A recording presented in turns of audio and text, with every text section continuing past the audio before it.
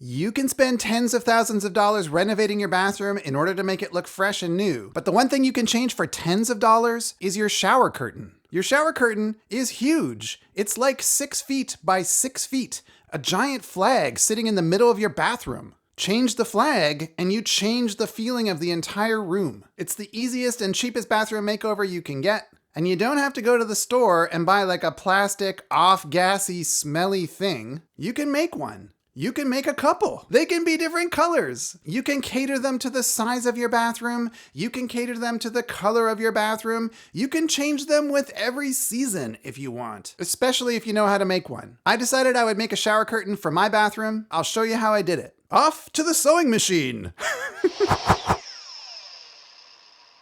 I decided I would make a shower curtain for my bathroom, and I decided I would make it out of Sunbrella. It's used for making cushions for sailboats, it's used for making awnings, it's an outdoor fabric. Sunbrella fabrics are made from a solution-dyed acrylic. They're breathable, they're UV resistant, they're water resistant, and they're mildew and stain resistant. They're designed to be put out in the sun so they don't fade with UV. That doesn't really matter for your bathroom, but let's face it, you're gonna have some fabric left over probably. Maybe you make some cushions for your back deck. The other important thing about Sunbrella is it's pretty easy to clean and it's pretty easy to sew. So when my shower curtain gets dirty, I can just clean it. I'm not even gonna bother with a liner. Basically, when you're making a shower curtain, you're making something that's 72 inches by 72 inches. Most fabric does not come that wide, so you're gonna have to sew 2 or 3 panels together in order to make the full width of your shower curtain. I need a 72 by 72 inch square when I'm done, but because, as we've discussed, I need a seam down the middle, and I also want to hem the sides and the top, I'm gonna have to leave some extra fabric in order to accommodate for that seam and those hems. If you're not a sewer, a hem is what happens when you roll the edge of a piece of fabric back and attach it to itself, kind of like the bottom of your jeans. While a seam is what happens when you join 2 pieces of material together. Both take up a little bit of material, and so when you're calculating how much material you need in order to create a 72 by 72 inch shower curtain, you have to add a little bit in order to compensate for what you're gonna lose when you hem and when you seam. In this case, I'm going to do a seam down the middle, and I'm going to do hems on either side and at the top and the bottom. The hem at the top, I want to be fairly large because at the top, I want to insert some 1.5" webbing to reinforce the grommets that I'll eventually put there. I'd like to do a double hem over that, so that means I have to leave 2 times 1.5 inches worth of material to compensate for what I'll lose when I make that hem. At the bottom, I'd like to do another pretty big hem, a 2.5 inch hem, to give it a little extra weight to make sure it hangs nicely in the bathtub. I'd like that to be a double hem, so I have to leave 5 inches of extra material in my calculations in order to compensate for that. The hems on the edges, I would like to be 1/2 inch hems, but I also want those to be double. So I'm gonna leave 1 inch of fabric on either side of my calculations in order to compensate for that. And then down the middle, where I'm joining the 2 pieces of material together, I'm going to do a flat felled seam, which I am totally terrible at.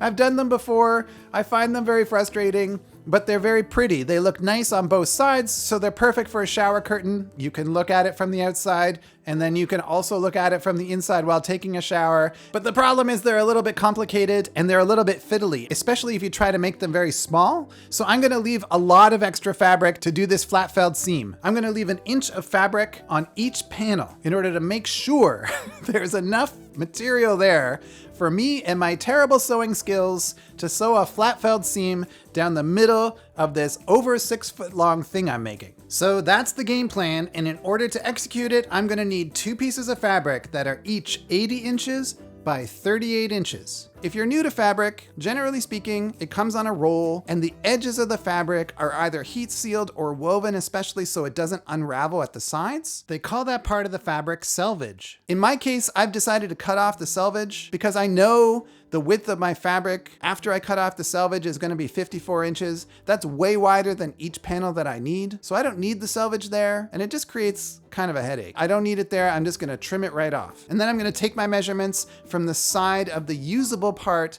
of the roll of fabric. So I measure out my 2 pieces and I cut them as square as I can. So after I cut my 2 pieces, I'm ready to give sewing a go. I break out the sewing machine and I'm gonna set it to its longest stitch length. I'm using a size 92 bonded polyester thread and a size 19 needle. If you're using a thrift store machine, you'll probably be limited to a smaller needle and size 69 thread. That's okay.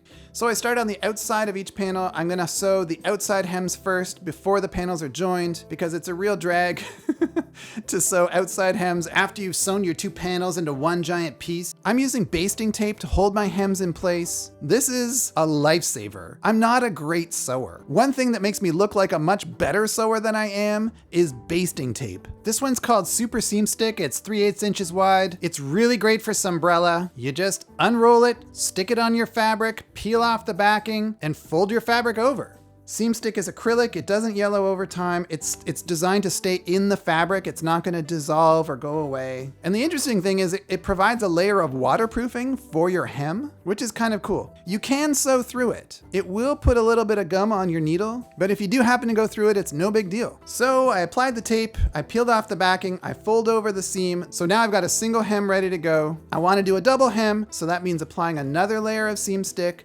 folding the hem over again, and then sewing it down. I'm sewing about 1/8 of an inch towards the inside part of that hem. And then I'm doing it to the other panel too. So now the hems on the two panels are done. As I mentioned before, we'll do a flat felled seam here. Basically, you put the two pieces of fabric together. And for me, because I'm pretty bad at this, I'm gonna sew about 1 inch of the way in from the edge of the fabric. Then you open up the fabric, you look at the two pieces of seam allowance that are there, you trim one of those back to about 1/8 of an inch remaining. Then you take the seam allowance you haven't cut, fold it over in half, and fold it over again, covering the seam allowance you trimmed. In this case, basting tape doesn't really help. I tried, believe me. I'm just gonna pin it down and then stitch it into place. Now that the shower curtain is all in one piece, it's pretty exciting. All we have are the top and bottom hems left. On the top, I know I'm gonna put grommets so that the shower curtain hooks have somewhere to connect. So I wanna insert some webbing, but I wanna hide that webbing because if I just put it at the back, you'll see it when you're taking a shower. So another double hem is required. I use basting tape. I tape down the appropriate length of webbing. I fold it over, basting tape again,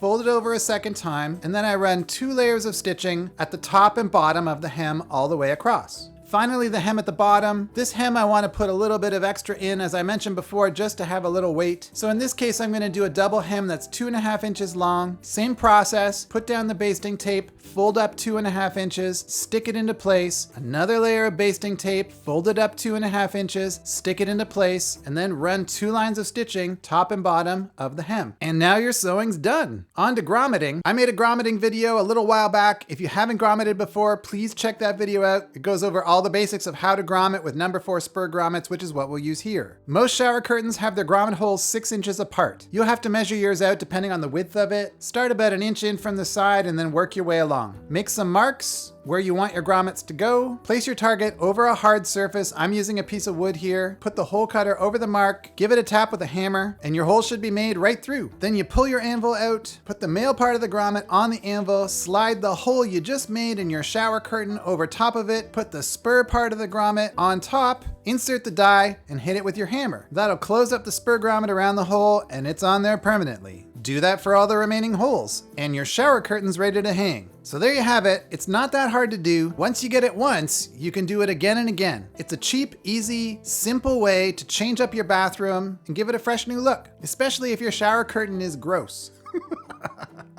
So I hope that helped you out. Please like or subscribe below if it did. And even if you don't do that, please feel free to leave a comment in the comment section below. Comments help me make the channel better, and that's what I'm after. Until next week, stay safe, have fun with your DIY projects, and I'll see you next Saturday.